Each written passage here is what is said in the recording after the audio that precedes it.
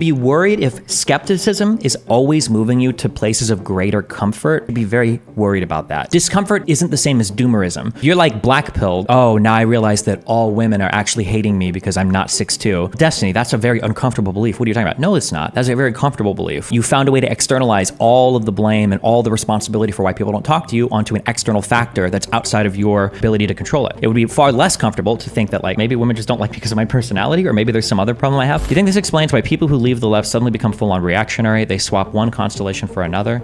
Yeah, because if you leave the left, every lie we tell incurs a debt to the truth. There are certain truths, if you lie about them, it's immediately observable. I tell somebody that they can fly and they jump off their balcony, they clearly can't. So that's an immediate debt. For grander things, whether it's related to medicine, voting, democracy, whatever every lie you tell is moving you further and further away from reality. Depending on how abstract the thing is, it's going to take you longer to notice, but there will be a moment. If you're a liberal, you're kind of like, everybody hates you. Anti-liberal sentiments are exploding on both sides.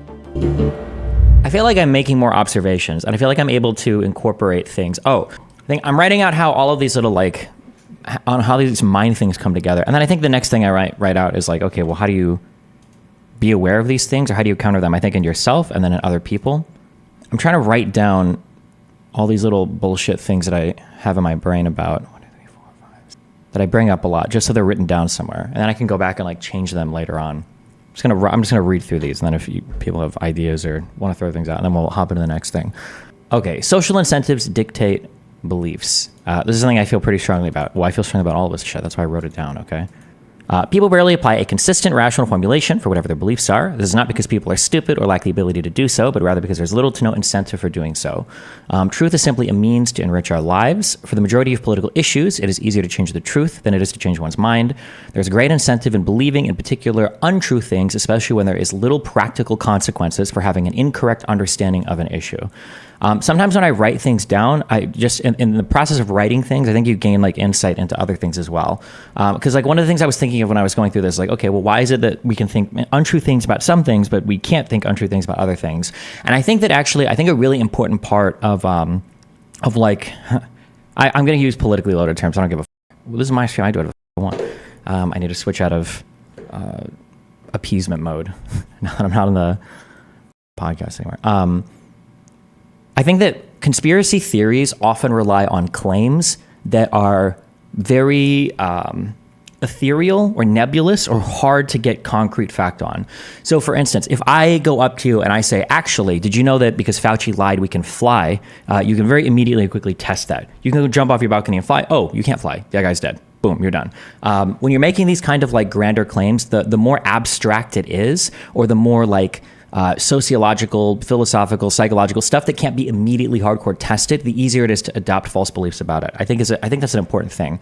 I realized that when I was like jotting a lot of this stuff down. Examples of certain social pressures. One might have family members belonging to a certain religion. Leaving that belief system might entail being completely disowned by one's family, which would lead to a significant loss of financial and social support. One might have an audience that demands to hear a certain thing, and giving a take counter to what that audience believes might cause one to incur significant financial or reputational loss. And then one might belong to a social group in school or on social media that demand adherence to certain sociopolitical beliefs, and betraying those beliefs or not showing strong support for them might result in a person being thrown out of said social group. Another thing I realized when I was writing this down is something that I talked about in the past is, well, if you really want to change somebody's mind, the best way to do it is very slowly over time. You need to be their friend. You need to be patient, blah, blah, blah, blah, blah. What I realized when I thought about that, and then I'm like, well, I wonder if, like, how many things did I say in the past that I agree with or disagree with now? What I realized is that process of like slowly helping somebody over time is actually just like another social pressure. It's just you becoming a friend and then applying a soft social pressure to provide them an incentive to change, basically. Oh, I've got this person that's a friend here, and now they want me to like change my beliefs, so they're trying to change me on something, and now there's a bit of an incentive there that's been created to change it because you want to like maintain that friendship, basically. For many of the social and political beliefs we hold and value today, being factually correct offers little to no reward. Whether or not you know the factual details about a particular shooting, war, catastrophe, or medicine is very rarely relevant, since that belief is not factually tested on a day-to-day basis. Is not empirically tested? Let's analyze a controversial event, the Rittenhouse trial concerning the 2020 shootings in Kenosha, Illinois, and think about the social incentives on both sides, assuming you're a part of a social structure that is pro-BLM. On some of these I do liberal, and some of these I do conservative. So the rewards for having factually accurate beliefs, Assuming you're not someone whose job relies on getting the facts correct, like a prosecutor, lawyer, journalist, or someone working in the system, there is no reward for being factually correct about anything relating to Rittenhouse. You really don't. There's let's say that you know, like, oh, it was only a 15-mile drive when you say across state lines. Like, there's no reward for pointing that out. Punishment for having factually accurate beliefs. If you're in any social circles that are staunchly pro-BLM, expressing certain factual accuracies about the events of that night might lead to you being ostracized from your groups or webbed as a white supremacist. So pointing out, a particular thing people might think, oh, well, that's contrary to my narrative, at least, or it feels like you're pointing out a fact that might be contrary to that. Yeah, for having correct beliefs, it doesn't seem like there's a great reward. You could be punished for having correct beliefs. And then for having factually inaccurate beliefs, depending on what you get wrong, people might celebrate you for having incorrect beliefs, especially if you're overstating the wrongdoings of Rittenhouse or understating the actions of the assailants. Common examples of wrong beliefs being rewarded might be like, Rittenhouse was spraying his magazine into the crowd. I remember when Vosh said that to me. Or the person chasing Rittenhouse only threw a plastic bag. How scary, right? Neither of these things are accurate summations of what happened, but there's like a good reward, a social reward there for being incorrect about that. And then the punishment for having factually inaccurate beliefs. Assuming your inaccurate beliefs are cutting against Rittenhouse, you're unlikely to face any repercussions or even corrections about having inaccurate beliefs relating to Rittenhouse.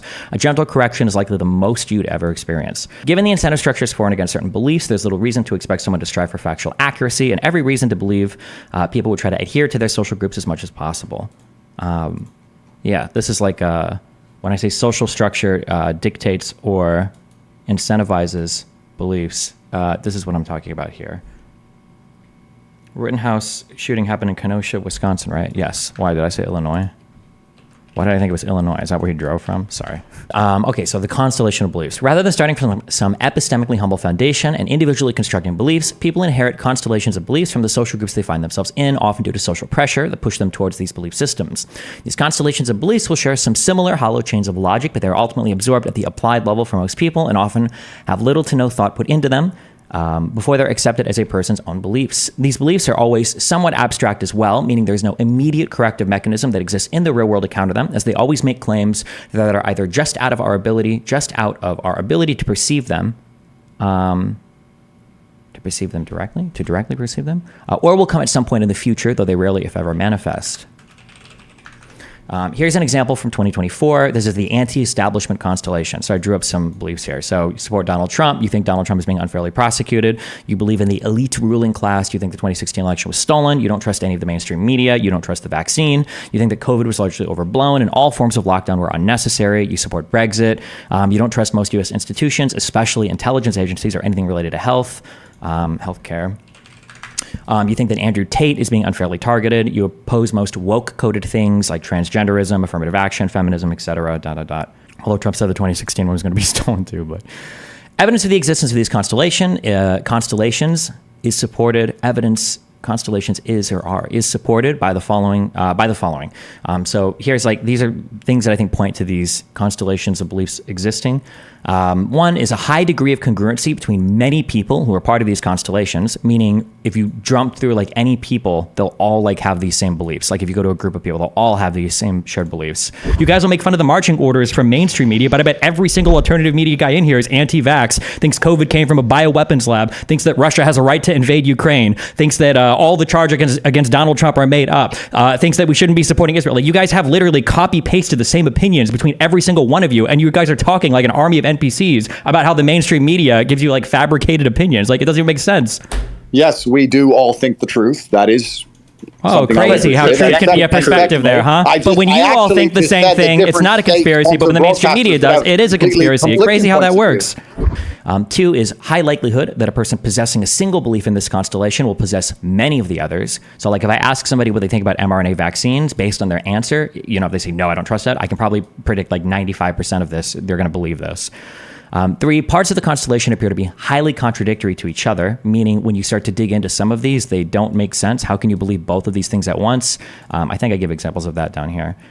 4 is webbing. When someone hears, so I used to say webbing all the time, and now with these frameworks, I think I can understand the webbing a bit more. When someone hears that you have a belief that's part of another constellation they're aware of, they will instantly assume that you have a plethora of other beliefs immediately, since they are projecting their own adherence to a constellation onto you. So when I say something along the lines of like, oh, I think this particular thing, and then they assume this, and this, it's because they're ascribing in their mind a constellation of things that I believe in, whether they're doing it consciously or not. I think that's where the webbing thing comes from. Arguably, I'm doing it, although the implication is webbing is incorrect when you do it. But arguably, I'm doing it when somebody gives me a belief here, and I'm able to say like, oh, well, do you think this, and this? Okay. It becomes incredibly difficult to break anyone out of any given constellation because there's always some underlying transcendental entity that can explain every single part of why the constellation is true. Even evidence that seems to be in opposition to any particular belief is reinterpreted through the transcendental entity and becomes evidence for the particular belief. I'm biting a little bit of this language from, there's a big Reddit post some guy wrote on this a while ago, and the idea that there's like some larger than life concept that's like backing all of this basically. Examples of this in relation to the earlier anti-establishment constellation. So here's just like quotes where people are saying things where I feel like they're constellation, or I feel like they're contradictory. So I don't trust the mainstream media, but the New York Post was just an example of someone trying to do the right thing for once. My mom used to say stuff like this, like, Mom, you think that they tried to steal the 2020 election, right? She's like, I know they did. Well, what about 2016? Why didn't they steal that election? And she's like, well, that was just enough people came out to do the right thing. Like the fact that we were able to win was amazing. And it's like, okay, wait. So when you win, it's like even more proof that you're fighting against a corrupt system. Like, okay. I don't trust any part of our government, and Donald Trump isn't technically a part of the government. That's why they hate him so much, because even though he's the president, he's not like them. The idea that Donald Trump, who is the largest politician in the world, being the U.S. president and is also a billionaire elite, isn't somehow part of like the elite or the system is hilarious to me. I'm sorry, I should be more precise. Rather than hilarious, it's like obviously contradictory. Like if anybody is an elite, it's going to be like a billionaire real estate mogul from New York City, right? I don't believe anything the intelligence agencies say, except for when they say things that I agree with, like when some say that COVID probably came from a lab. So I noticed, for instance, like a lot of people don't trust any of our intelligence agencies, but when it's not the NIH, one of our intelligence agencies flipped their opinion on COVID coming from a lab to, I think they said that it was somewhat probable or kind of likely, over 50%. I don't remember which one it was, but man, you better believe that as soon as they said that, everybody started citing like, oh, look, U.S. intelligence is saying that. And it's like, interesting. So now we trust them a lot. Okay. I never trust special investigators like Mueller, but I do trust some like Durham, but I definitely don't trust people like Comey when he refuses to press charges against Hillary, but I definitely did trust him when he gave that scathing review of her email use. So like the selectively picking like when you trust a person is basically always going to line up with when it makes you feel good. Donald Trump is an amazing leader. It's not his fault every person he nominated or worked with ended up backstabbing him. He's such a good leader that they had to come together like never before to stop him. So every time the system attacks Trump, it's even more evidence that he's even more competent, and that's why they have to work so hard against him. It's like, okay. The election was rigged, even though Trump's own nominated lawyers, campaign managers, and White House staff said otherwise, and it was only rigged in the states that he lost, even if the means to rig it were done months ahead of the actual election and went completely unchallenged, which is like none of it like really makes sense. But again, they're all like inherited at the applied level, so... okay, sorry, 4 more of these.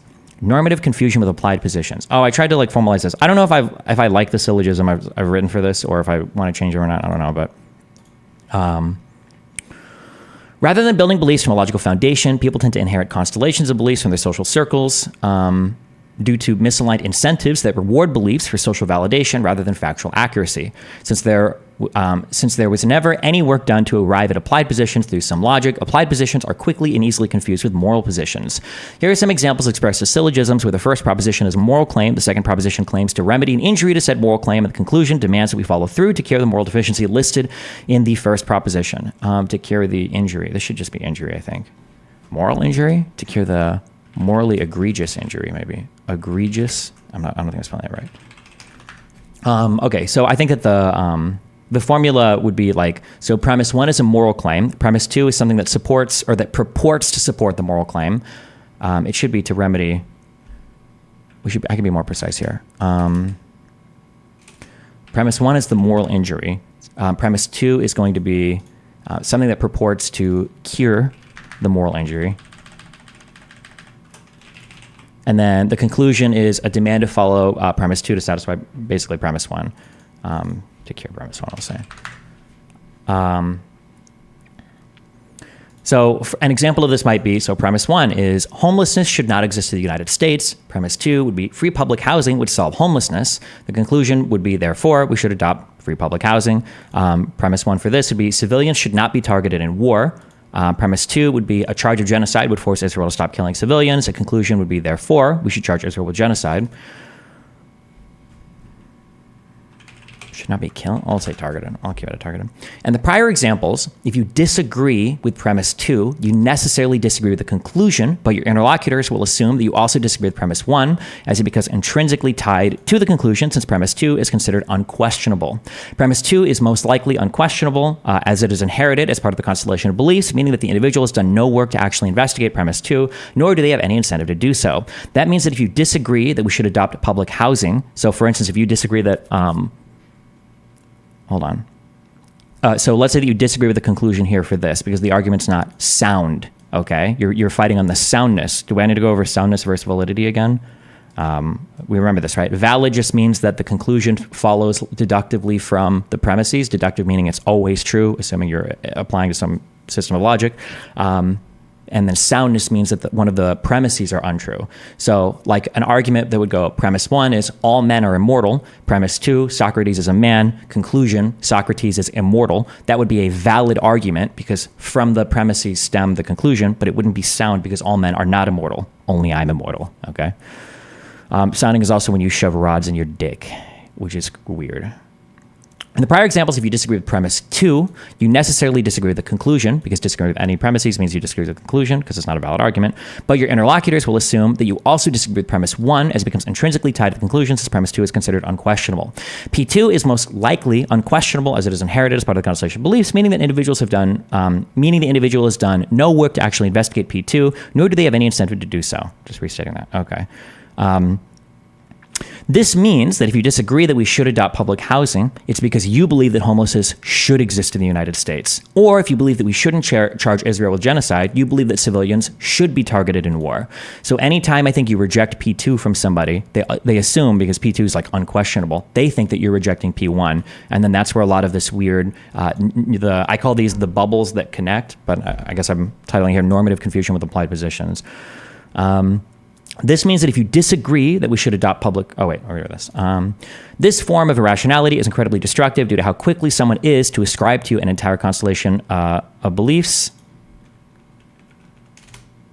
And likely they will ascribe to you all of the same moral reversals as they have in the singular example that you've disagreed with. Here's an example constellation for someone who's progressive. Systemic racism is real and is a huge driver of racial inequity, and is the main driver, I should say, and is the main driver of racial inequities. Healthcare should be free to all. Education should be free to all. Trans rights are unquestionable for all ages. Housing should not be commodified. Profit is immoral. Any one of these beliefs could be extracted, like the syllogisms above.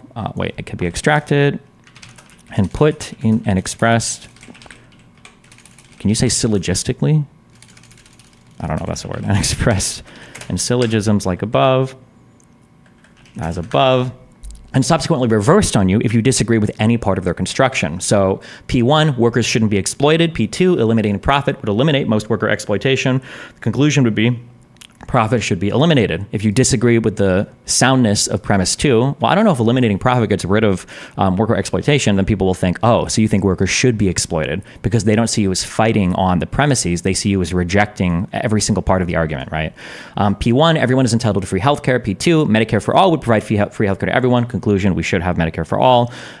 If you reject P2, well, would Medicare for all really make the system better? They think, oh, so you don't think everybody should have healthcare. A denial of the second premise on either of these would lead to denial of the conclusion, but most people would see it as a denial of the first premise, a rejection of the entire argument. I think this is humans are not truth-seeking machines. I believe this firmly. Some people get mad at this. Some people accept this. Humans treat truth as instrumental, meaning it is a tool to be utilized to further someone's personal happiness. When the tool is no longer serving that purpose, it will be abandoned in favor of another tool. In certain domains, especially relating to science, engineering, and medicine, truth most likely needs to adhere pretty closely to reality for the truth to yield any certainty. We'll just say to yield any tangible benefit. It's not very beneficial for one to believe drinking mercury will cure their disease, nor pouring gasoline onto a candle will make it burn brighter. How about we'll say to extinguish it? It will burn bright for a little bit. Extinguish the flame. So these beliefs are quickly and immediately dispelled in favor of something that more accurately approaches what is actually true. It's important to recognize this because humans who believe their senses naturally and intuitively lead them to truthful things rather than pleasurable things are likely to confuse the two when there is incentive to believe the truth about a thing. Without any immediate mechanism to align truth with utility, with reality, I think, without any immediate mechanisms to align truth with reality, people can wildly diverge from truthful things, from real things? I should be more clear here. People can wildly diverge from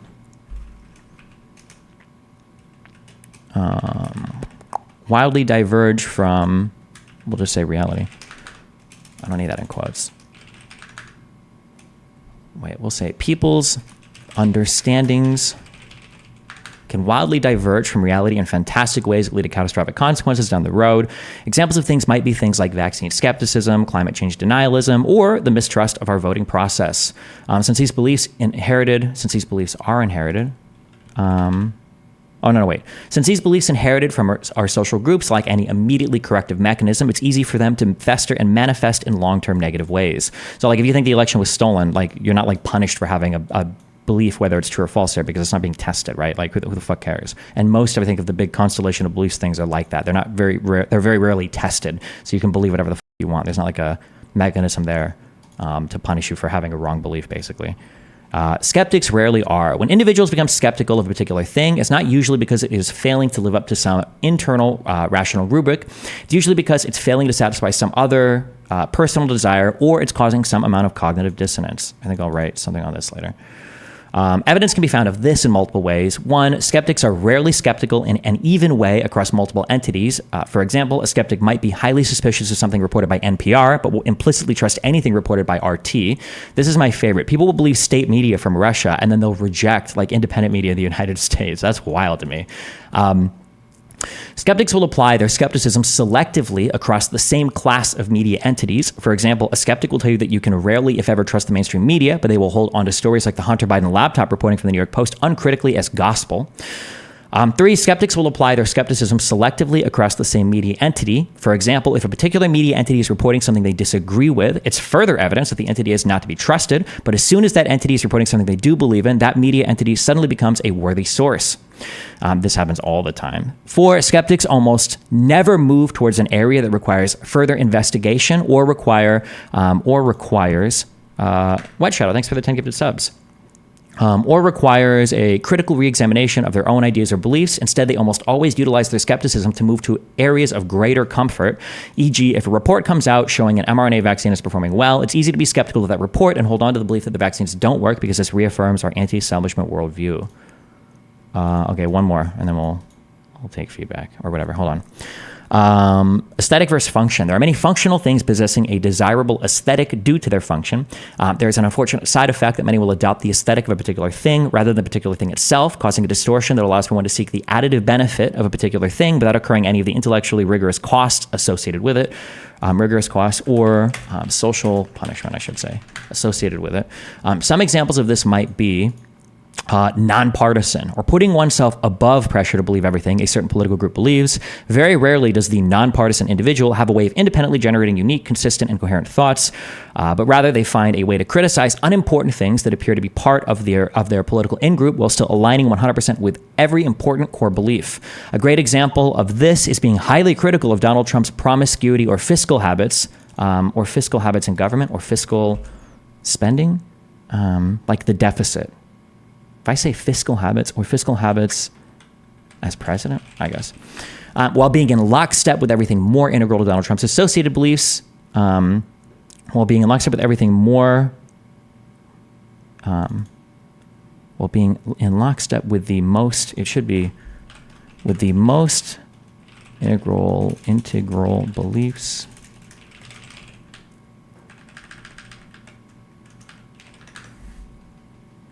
of Donald Trump, such as his historically divisive rhetoric, his claims of mass voter fraud, or his claims that the entire political and corporate world are a swamp waiting for him to drain them. One thing I notice that people do a lot is people will say something like, oh, I'm nonpartisan. And then when they attack their own side, it's always on some like inconsequential, stupid shit. But they're always they're aligned on all the major issues. I notice this happens a lot.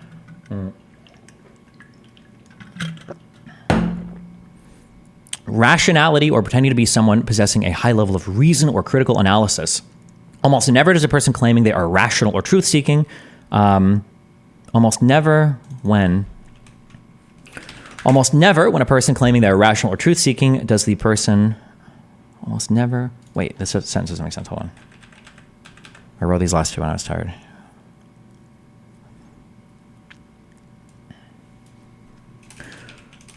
Rarely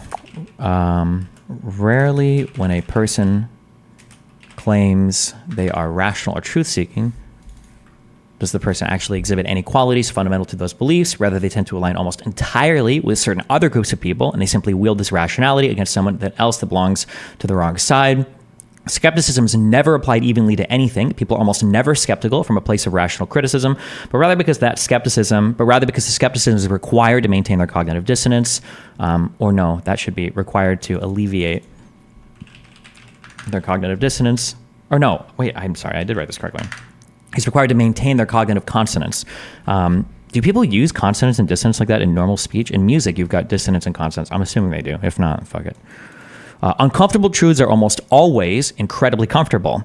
They wear the guise of discomfort in order to smuggle in some incredibly comfortable thing. Great examples of this might be telling people the uncomfortable truth that some huge system is against them, e.g. the FDA or the WHO or the IMF, but this is actually incredibly comfortable to most people because it helps them organize the world in their mind and provides an external entity by which they can blame significant societal problems on, societal or sometimes personal, actually, or even personal problems on. Almost none of these uncomfortable truths require you to change your mind or your actions in a way that you wouldn't already want to, but instead serve to motivate you to continue moving down a path you already find highly desirable. You already found highly desirable. Okay. Okay. I'll probably add and take away to these in the future, but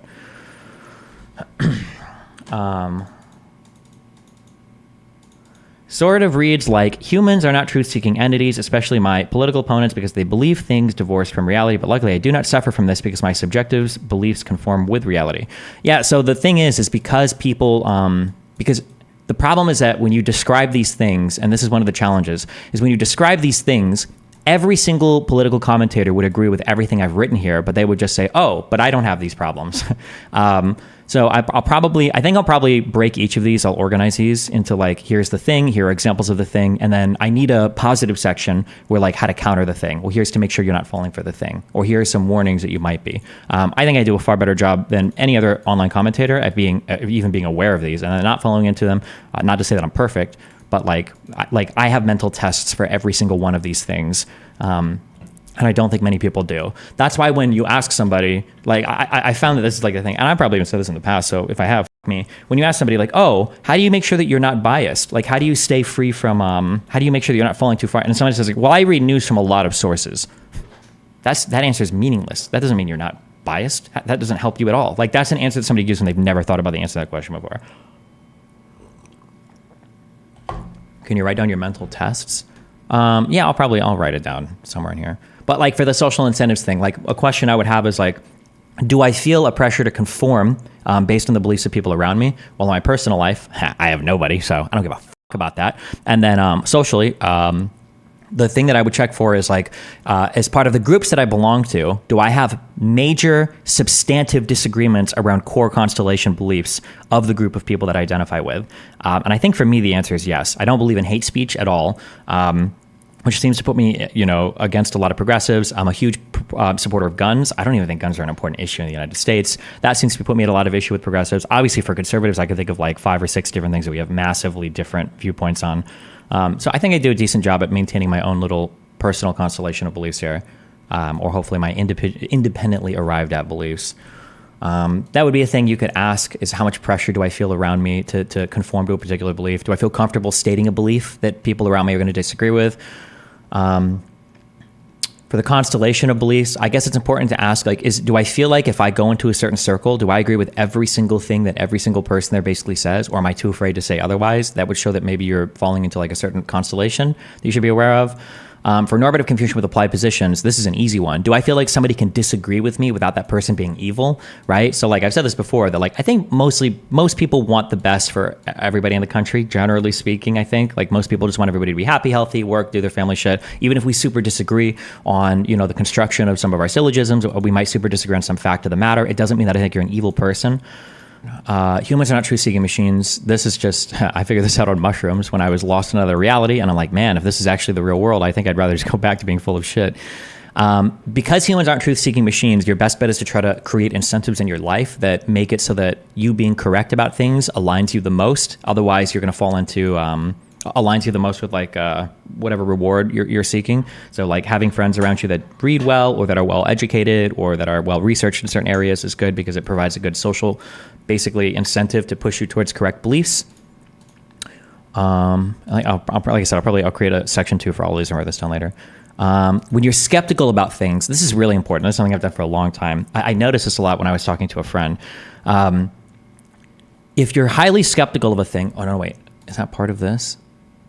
Oh yeah, when you're highly skeptical of a thing, you should be worried if skepticism is always moving you to places of greater comfort. You should be very worried about that.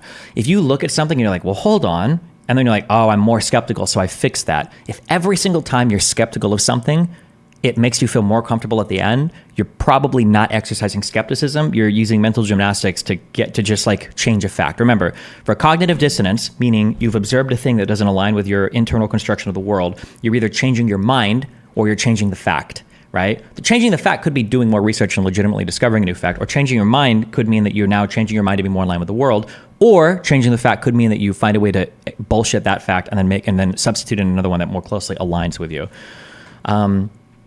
Skepticism should lead you to places of discomfort sometimes, and it has to be true discomfort. Discomfort isn't the same as doomerism, right? If you're like black-pilled and you find like, oh, now I realize that all women are actually hating me because I'm not 6'2", and then you're like, well, Destiny, that's a very uncomfortable belief. What are you talking about? No, it's not. That's a very comfortable belief.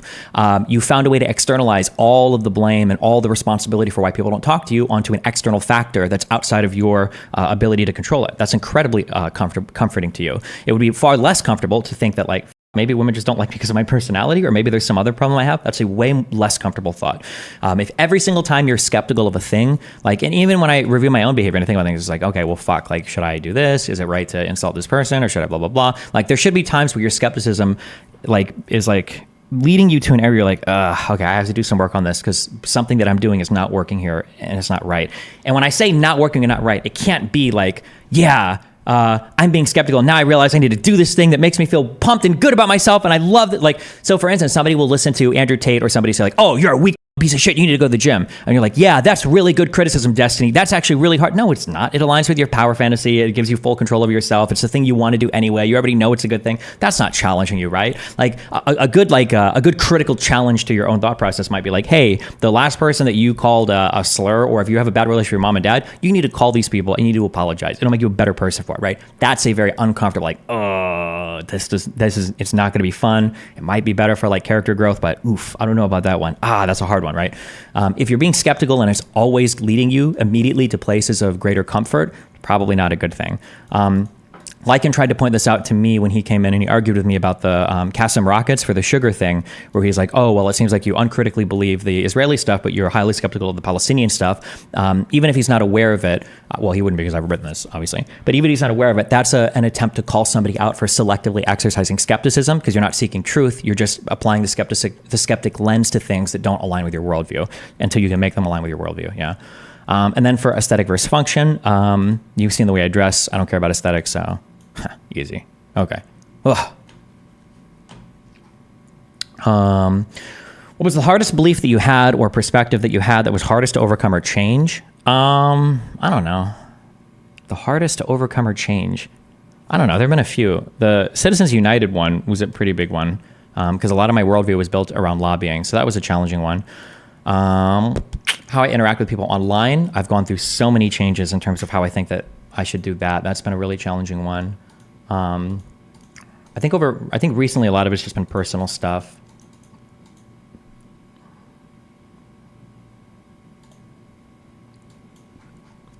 Do Do you think part of the problem is people are unable to criticize people on their side of the political aisle without being labeled as a traitor or ostracized? I'm going to make myself a sandwich, then yell at my neighbor's dog. Yeah, but I think it's because of the thing that I pointed out earlier, that when you criticize somebody's applied belief, then the assumption is you're rejecting every single part of the argument.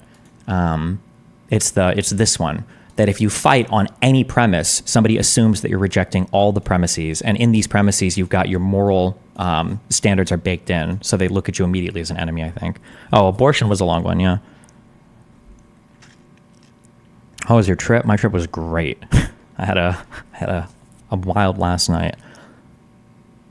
I've been trying to encourage my parents to watch your stuff because you represent a more rational, left-leaning person. But recently, they saw you use the N-word and were shocked and disappointed in my recommendation. What do I do? You need to show them more of my stuff because I use more than just the N-word. I use all sorts of slurs, okay? I'm an equal opportunity slurist.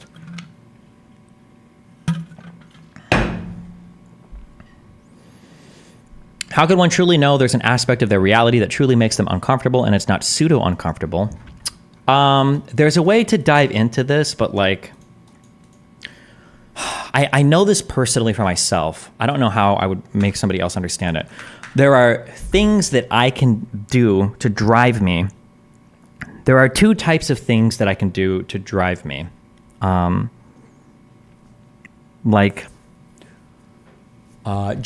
say like gym stuff is like easiest to think about. For the gym stuff, you can attack yourself in a whole bunch of different ways. Like, oh, I need to go to the gym. I'm being so worthless. I'm fat. I'm fucking lazy, blah, blah, blah, blah, blah.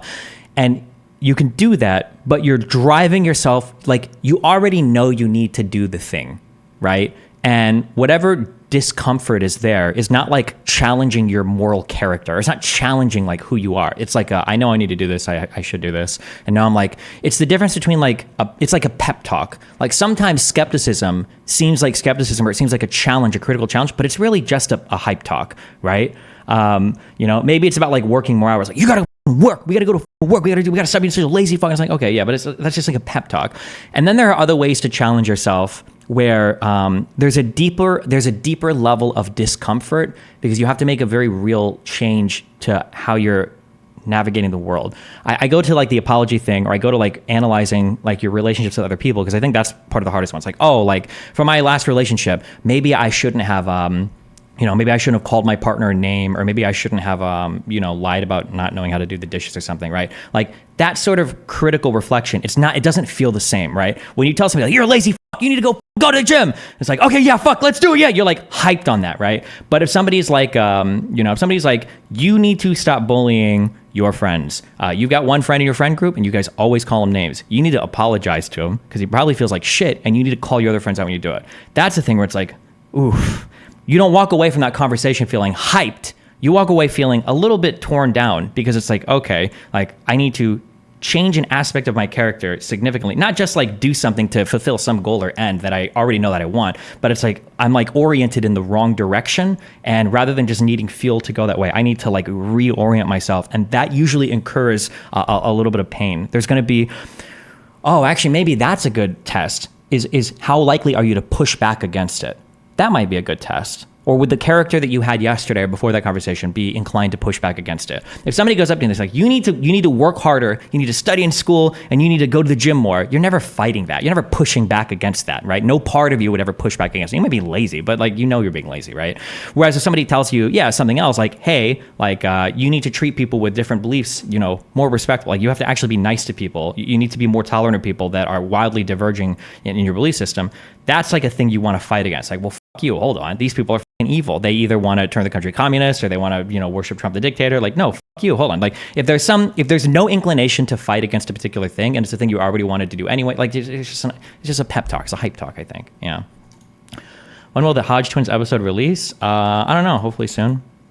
We were supposed to shoot for like, I think they said 1 to 1.5 hours, and it ended up being a 3-hour talk. Man, talk about constellations. They believe in it and all the things. It was a funny chat though. They're funny guys. Speaking of uncomfortable reality, what is the best argument for atheism? I don't know. The best arguments for atheism are usually looking at the negatives associated with believing untrue things about other religions that impact your day-to-day life. Otherwise, it's pretty hard to attack religions. Let's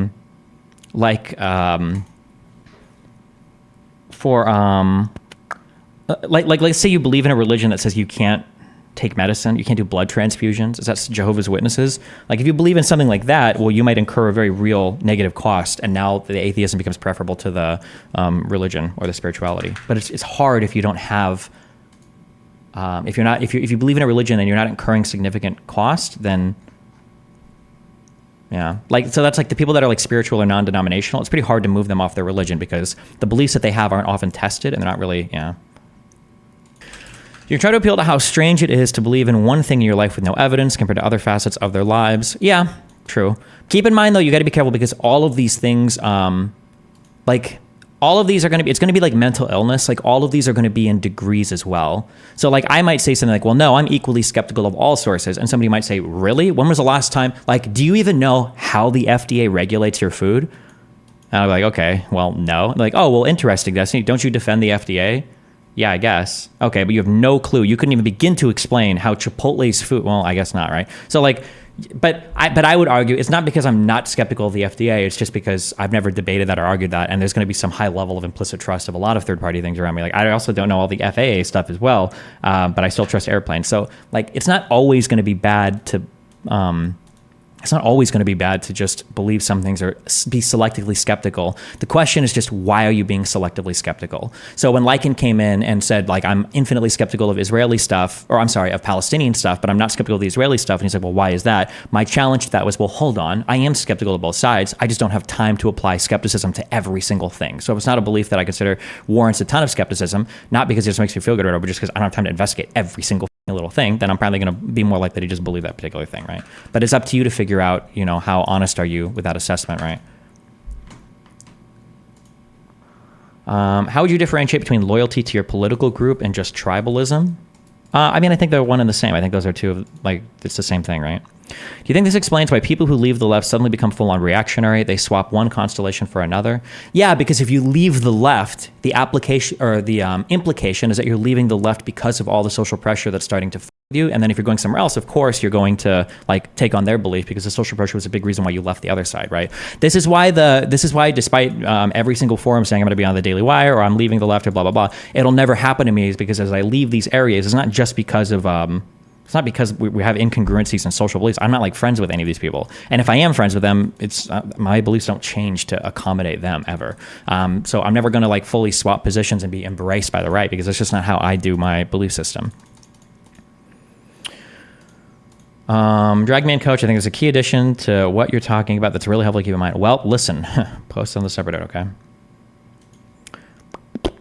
Yeah, I find I have to spend so much time fighting against the crazier beliefs of the hard pro-pallies that I don't even get to talk about the interesting criticism of Israel. Unfortunately, that's the thing, yeah.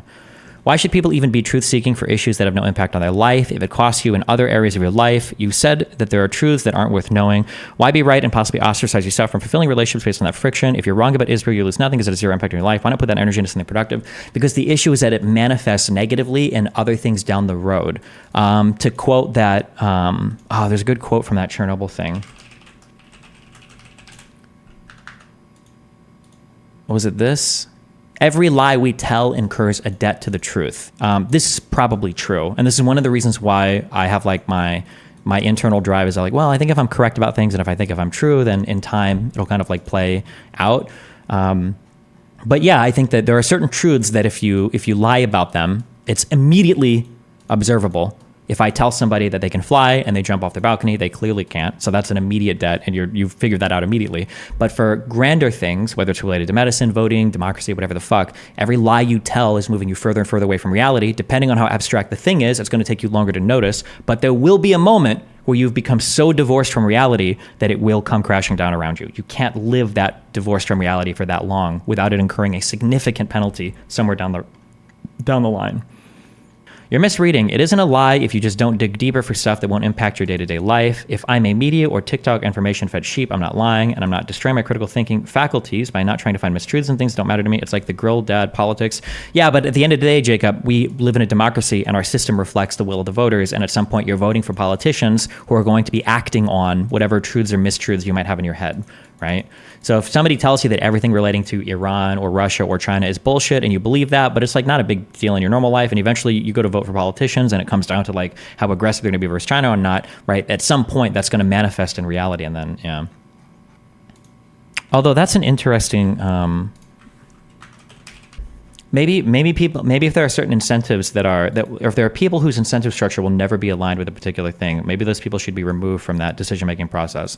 Although for voting, this implies that some people aren't allowed to vote on certain things based on their knowledge level, but I don't know. Maybe I could think my way into, is it called a technocracy? Is that when only like intelligent people are allowed to vote? Or is it technocracy when the government is ran by technocrats? What am I thinking of?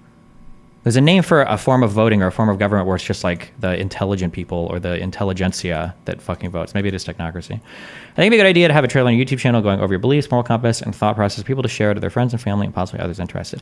Maybe the only problem that I have with that, I was just talking to a friend yesterday about this, is that like people will say things, but this is why I'm so big on grounding things out in examples. Like two people talk to each other. Listen, we need to protect children. We need to stop indoctrination.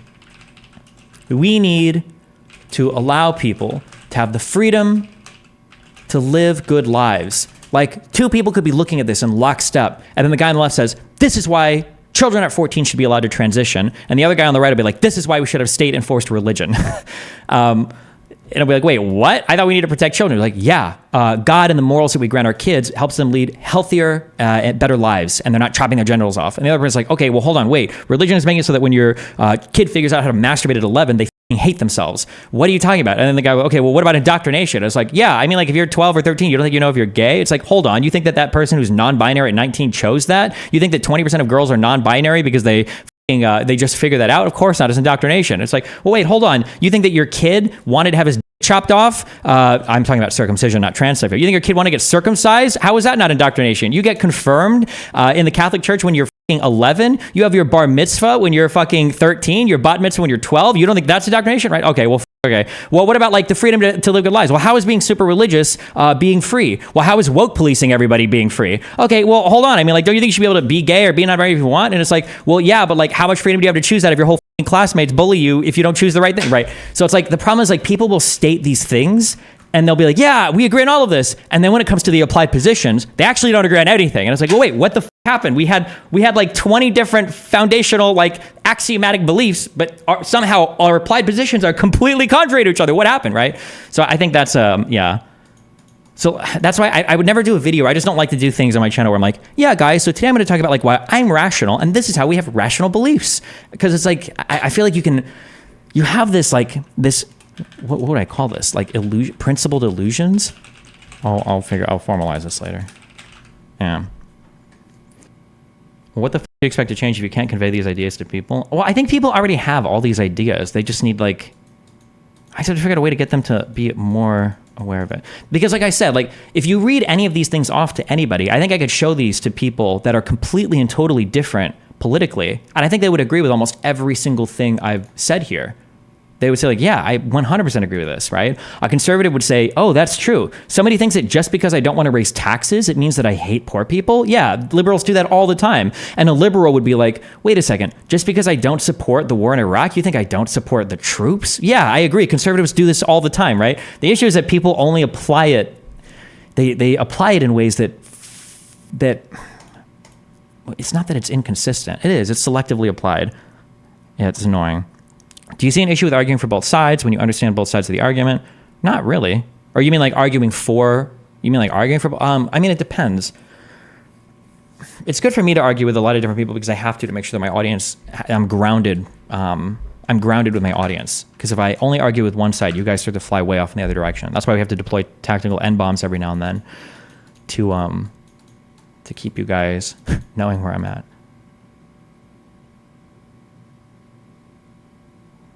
When you talk about your beliefs, it needs to be as organic as possible. If it feels like a lecture and not an attractive worldview, people will zone out. Yeah, I know. But that's a whole different thing. That's like a rhetorical presentation. How was your combo on the fake podcast? The Hodge twins one?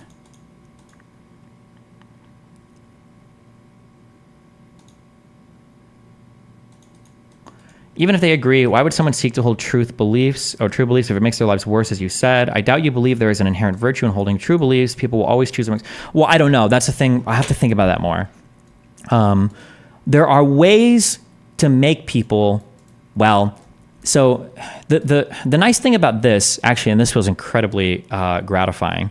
The nice thing about like my current like mental models for people is that when I think about things I've said in the past, technically all of them plug in very neatly to this in a more formal way. And I think that because of these structures, I think I have a better understanding of why it's happening. So for instance, in the past, I used to talk about how when I debate somebody, I want to be really fucking brutal, and then I want that person to like feel like an idiot. I want them to look like an idiot. And what was actually happening there, I think, when I did that, is a couple things are happening. One is I'm exposing their truth as an aesthetic rather than as functional. And the aesthetic only works when you have at least the belief that it's carrying the function alongside it, right? Like, it's not that my content creator calls himself rational. He really is rational. But if he just calls himself rational, oof, now he's been exposed. And then there's also a social incentive that I'm creating there. If I make your content creator look like an idiot, well, ooh, now you kind of feel like an idiot. That doesn't feel good. And like, people are going to look at me like I'm an idiot. I don't want people to think I'm dumb. If my guy can't like win in this debate or can't do this argument, well, now I feel like an idiot. Like, ooh. So I'm like pushing in the social incentive thing as well. I think those are the two things that were happening. How many of these problematic traits must an individual exhibit in order to be considered a victim to a constellation in your view? Do you think it's even possible to exhibit some but not others?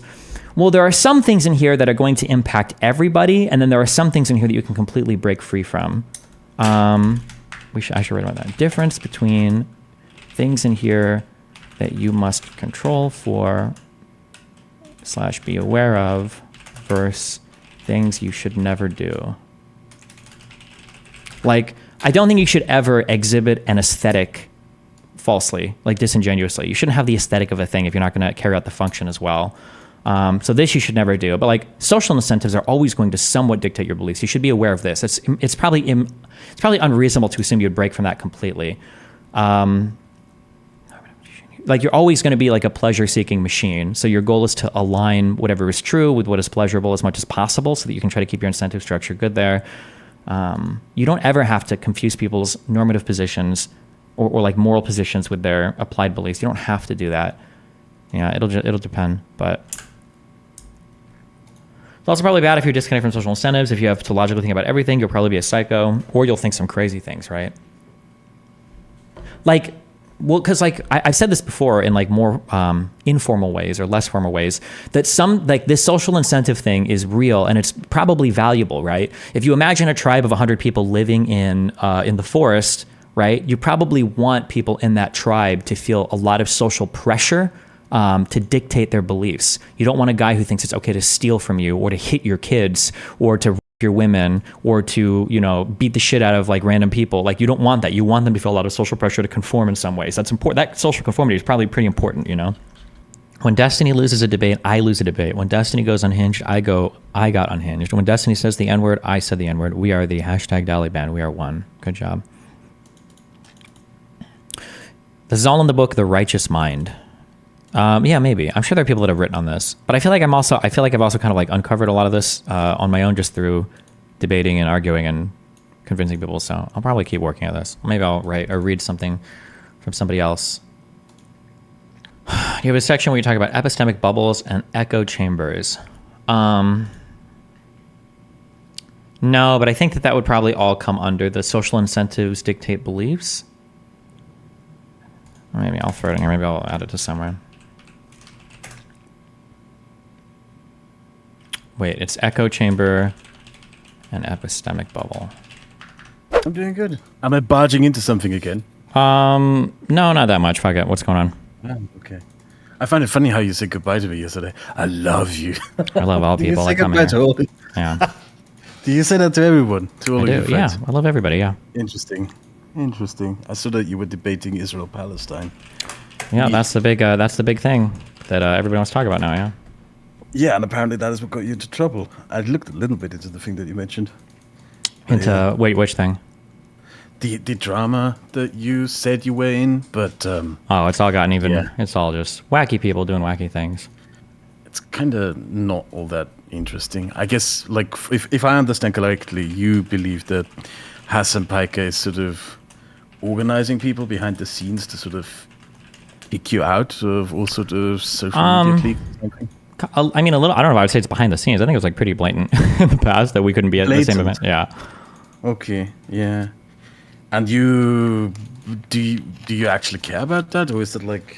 When I was at Twitch, it was a little bit annoying because now you have to make a choice between do you want me at an event or do you want Hassan? And when Hassan got the larger fan base, I basically started to get cut out of everything. So it's kind of annoying.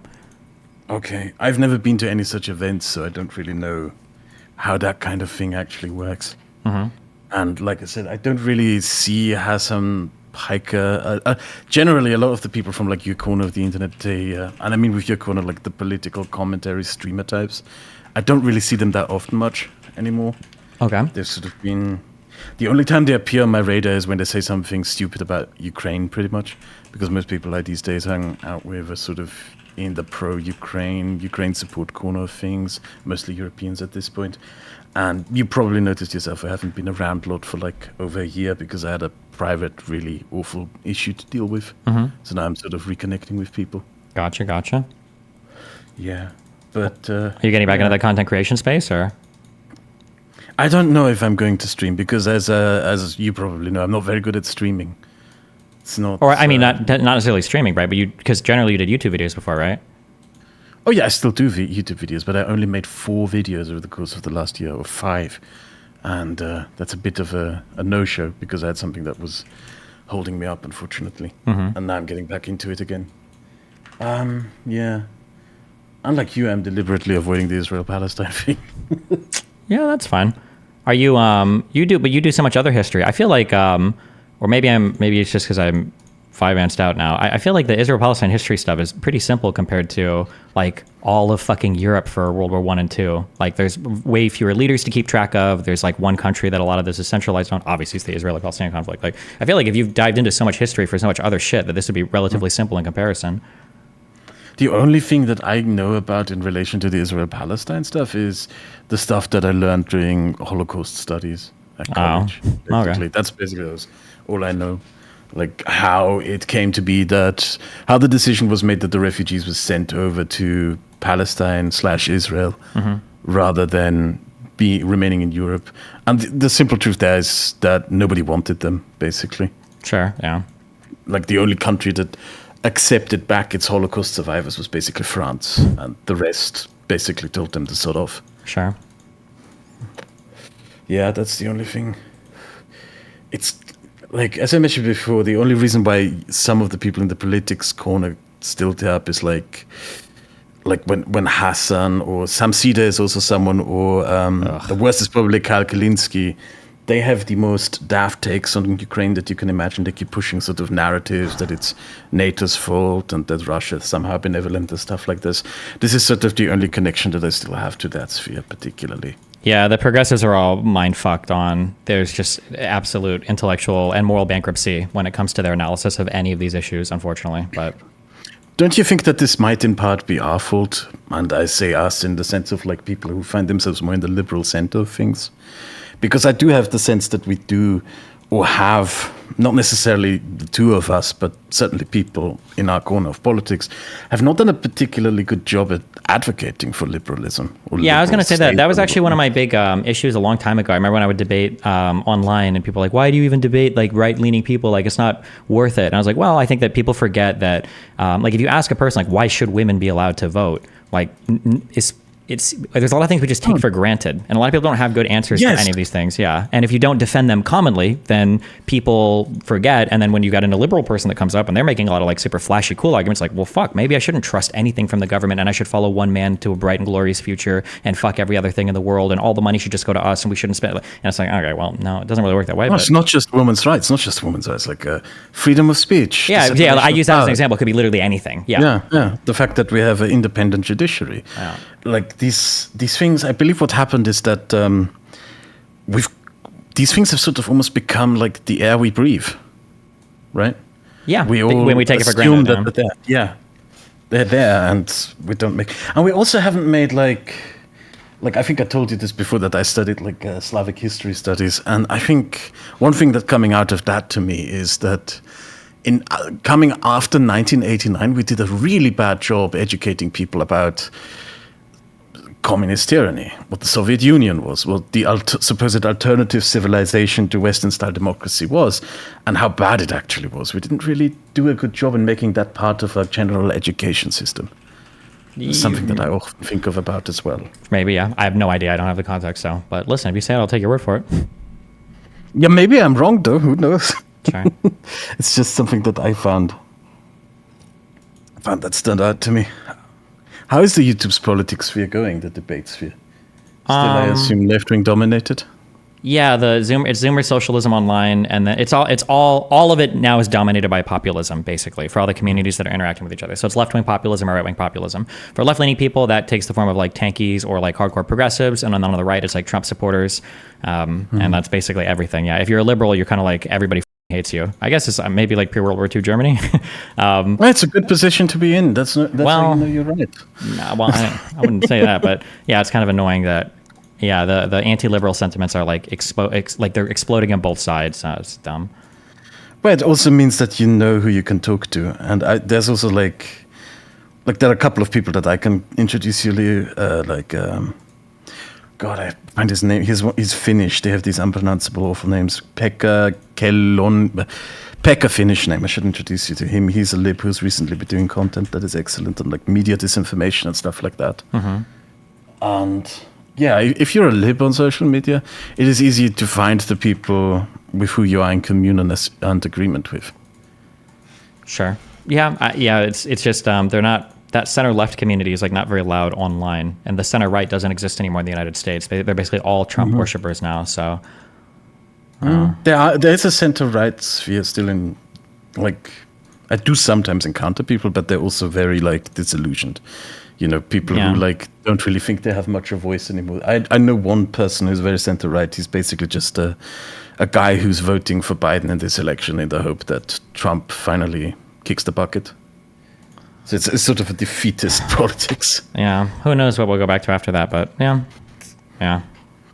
Do you believe that he has a chance at winning the election, or do you think? I feel like it's getting worse for him. I don't think that Trump is going to win. I think Biden is going to win pretty handily, but I could be wrong. But that's my feeling. Yeah. Feeling, yeah.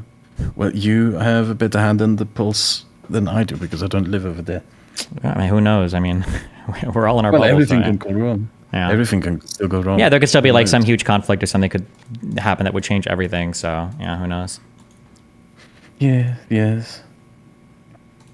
Well, didn't really prepare for anything else to talk to about when I jumped in here. All right, I'm starting to.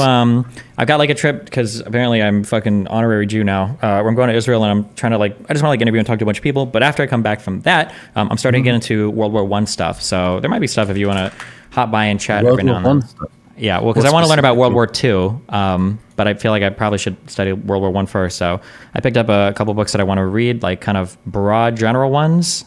You mean the things that led up to it, like the diplomacy of it, or I don't know, just like the broad everything. I don't know, the military diplomacy, the ethnic, cultural shit. What was the name of the book that we got? I belong to the group of people who actually blame it all on the Germans. So you can. Okay, well, that's one way to do it. There's a book by Margaret Macmillan called The War That Ended Peace, and then there's another book called The Sleepwalkers by Christopher Clark. Those are the two. What sparked that interest? The more that I think about it, the more I really do think today that I think the world still lives in the shadows of World War II. So I think it would be really good to understand World War II, and I feel like to understand that I probably need to understand World War I. So. People still like map a lot of current stuff onto World War II, and I get very irritated like when I see lefties say shit like, "Oh, like liberalism leads to fascism, and the only way we can stop." And like I see shit like that, it's like this is all like such a stupid retelling of everything that happened in Nazi Germany. But yeah, so it'd be good to just have a comprehensive understanding of it all. I think living in the shadow is a very broad expression because you can technically claim to live in the shadows of a lot of things. I mean, we technically live in the shadow of like the Frankish divisions of the Holy Roman Empire, if we're going to be very honest, because these shaped what is Germany and France.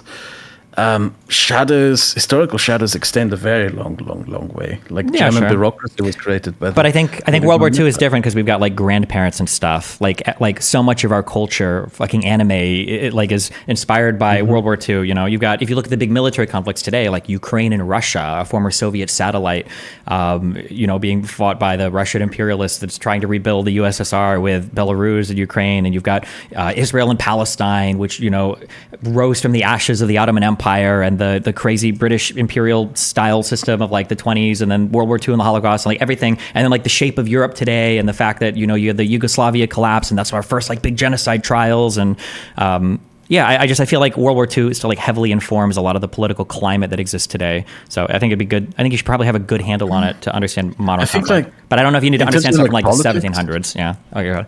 I think in terms of like politics, we're now living actually in sort of the end of the post-Cold War era, or at least that sort of peace dividend era that we had from 1989 to 2022.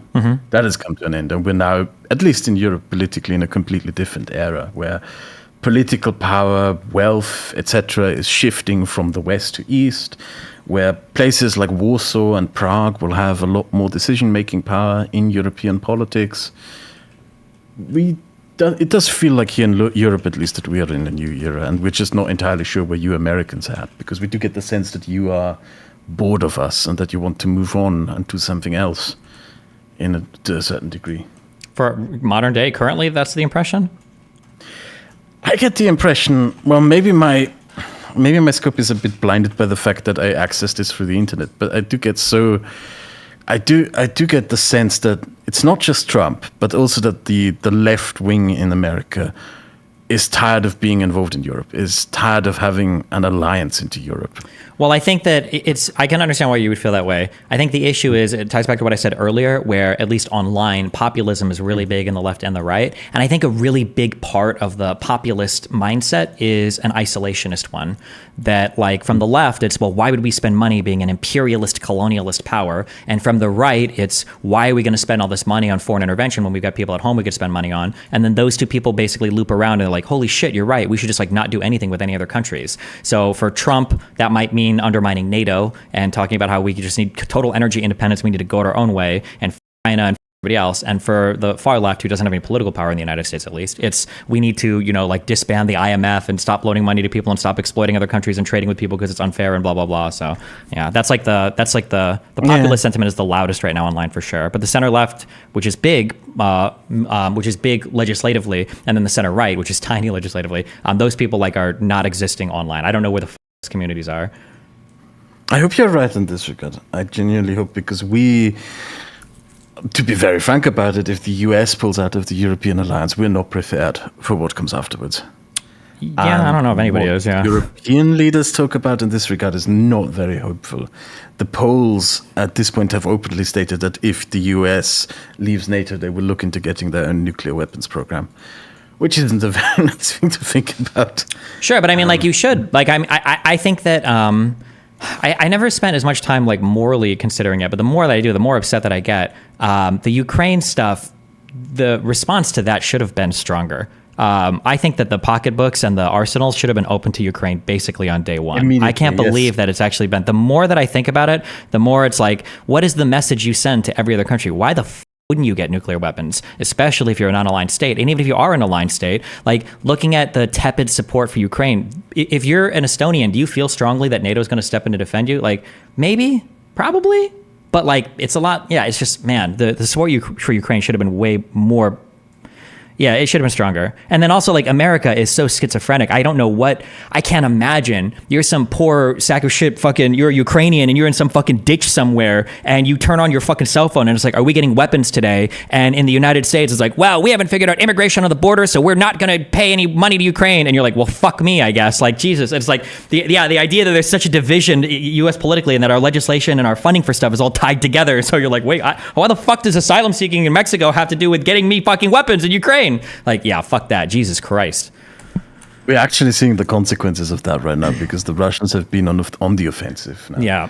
They have regained the offensive. The ammunition for the artillery has run out over the last 6 months. Yeah. And it's been turning gradually. Like, right now it's a slaughter. I don't know if you keep up with the Telegram groups, etc., that follow the front line, but it's awful. Yeah, and it's sad too because, like, and this might just be my American exceptionalist ideology or whatever the fuck, but like, people are freaking out so much over artillery shells and blah blah blah. I don't think it's a manufacturing issue. I think that if the political will was there in the United States to have like artillery shells created and shipped to Ukraine, I think we'd be making like 10 million of these a day. I think that the whole issue right now is just one of political will. The ability to do things, I don't think is a question, but the political schisms right now are so deep that we just can't fucking do anything.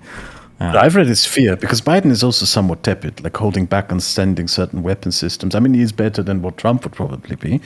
But from what I've read, there is fear, especially in Western European countries and in Washington, of what will come if Russia actually is defeated.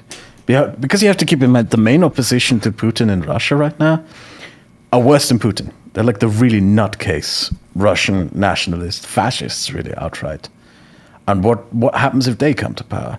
What happens if Russia actually collapses? Like, political leaders in the West seem to be genuinely scared about the prospect of what happens the day after. What happens to Russia? And of course, there are people like me who think, okay, that's none of our business. We shouldn't care. Damn them. But there are people who see that as a legit concern, that if Ukraine fully wins this war, the prospects in the future might actually be worse. Sure, but I think we have to assume some level of rationality among like at least state actors for countries as big as Russia. Maybe not for terror groups, but like if like say Russia invades Ukraine and the next day, or not the next day, the next week, the next month, there's this like unified Western response of like an outpouring of support for Ukraine that doesn't cause this deep schism politically in all these countries. I think that sends a strong message. And I think there is a lot of weighing that will go on for future leaders, even if they are worse than Putin, to think like, well, what would happen if we do this particular thing, right? Like, I think that has been accomplished. I think that has been accomplished. Do you think so? Because I think the Russians are suffering tremendously from what is happening. Like, the sanctions are taking a long time to bite. Sure. There are things that have to be sort of slowly undermined, but the Russians will suffer from this. I think they'll suffer, but I think this sounds shitty, but like I'm pretty sure that Luhansk and Donetsk, those are going to become the next Georgian, South Ossetia and I don't remember that. Abkhazia. Abkhazia. Yeah, that's what those two places are going to become. And then Crimea is going to be the next Transnistria for Moldova. It's just going to be cut off territories. Ukraine's probably going to lose these and probably not getting them back. Like maybe.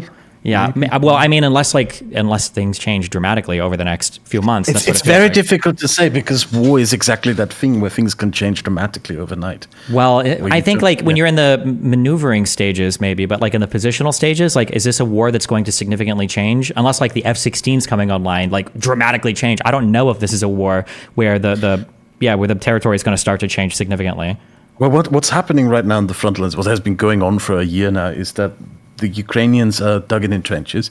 They have very modern weapon systems, but the Russians are willing to just throw away hundreds of lives.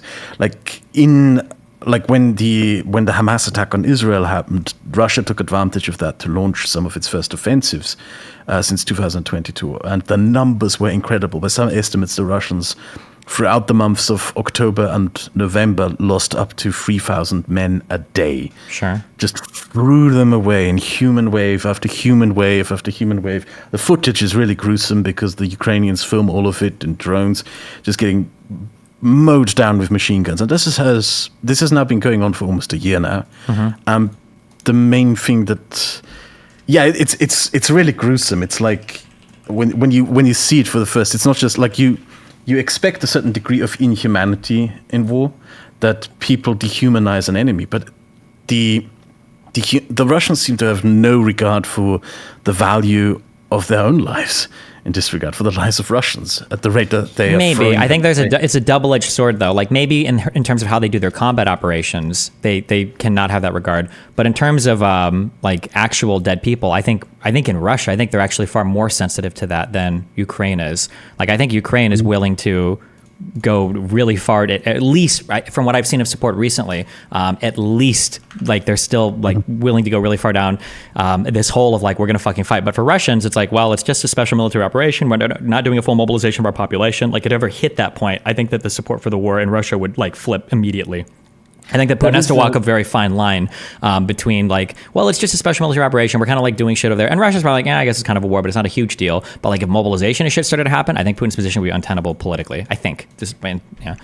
We're currently at 150,000 killed Russians by some estimates. 150,000? Yes. Okay. 400,000 Russian casualties in total. That means also maimed and severely injured. And there's I think it was Hamish de Breton Gordon who wrote that he believes that the Russians have to lose at least 500,000 soldiers killed, Russians killed, before society actually starts to move. That's the amount of people that the regime has to throw away. But yeah, the casualty numbers they're insane. Like the Russians have at this point lost more men killed as the Americans have in every war since the Second World War. Sure. So, yeah. All right. Yeah, well. Okay. Wait, where are you from again? Do you ever say, or is that like top secret? I live in Austria right now. Okay. Do you know what your accent reminds me of? Do you remember that one weird dude with the white face, the animated thing? Weird dude with the white face. I want to say like Dr. Leckman or something, but that wasn't it. Lehman? Is it Dr. Lehman? I haven't talked to him in years. Oh, yeah. Yes. My accent is getting stronger and stronger because I've been living here longer now. It's been a year since I've lived in the UK. I am, Oh, wait, you're British? I'm multiple nationalities. Oh, okay. I don't know how much I can get into it. Like, my family originally was All right, good luck, boys. Tilsit, which is in East Prussia. And they were driven out of Prussia during the Second World War. And they sort of married everywhere across Europe. And so I ended up with several passports. Damn. With a very multinational family. Yeah. Well then, I'm going to drop out. I'm going to recommend you a video that I made last year, if you have the time. It's about Ukraine, and if you don't mind, I'd like to put you into contact with my Finnish friend, Pekka, which is, if I'm going to be honest with you, the main reason why I got into contact with you. Okay. Yeah, drag us in a room and they can add me or whatever, or tell them to add me, yeah. Okay, I will. Then, thank you. I'll DM you the video, and I'll put you into a group with Pekka. Yeah, have fun. Bye-bye. Fucking loser. Got him.